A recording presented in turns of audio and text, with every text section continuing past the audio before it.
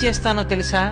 పరమధర్మాత్ముడు నన్ను చూడకుండా ఉండలేక, నాన్నగారిని చూడకుండా ఉండలేక వచ్చినటువంటి కొడుకులా నన్ను చూడకుండా ఉండలేక వచ్చినటువంటి వాడు ఉంటాడే, వాడు వేసినటువంటి ద్రవ్యంలో అటువంటి పరమ ధర్మాత్ములైన వారు వేసిన డబ్బుని తీసుకుని జేబులో పెట్టుకుంటాను ఖర్చుకి. ఇలా హుండీలో చెయ్యి పెట్టి పట్టుకుంటాను లక్ష్మి.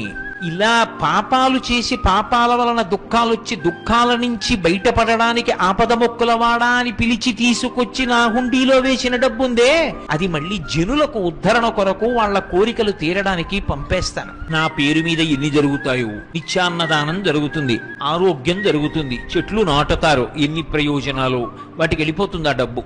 అక్కడ వాడాడు మొక్కన్నమాట. పాపము వలన దుఃఖం వచ్చిందని ఒకసారి తెలుసుకున్న తరువాత ఇక వాడు పాపము జోలికి వెళ్లకుండా ఉండడం నాకు ఇష్టం. అది వెంకటేశ్వరుడి యొక్క అభిప్రాయం.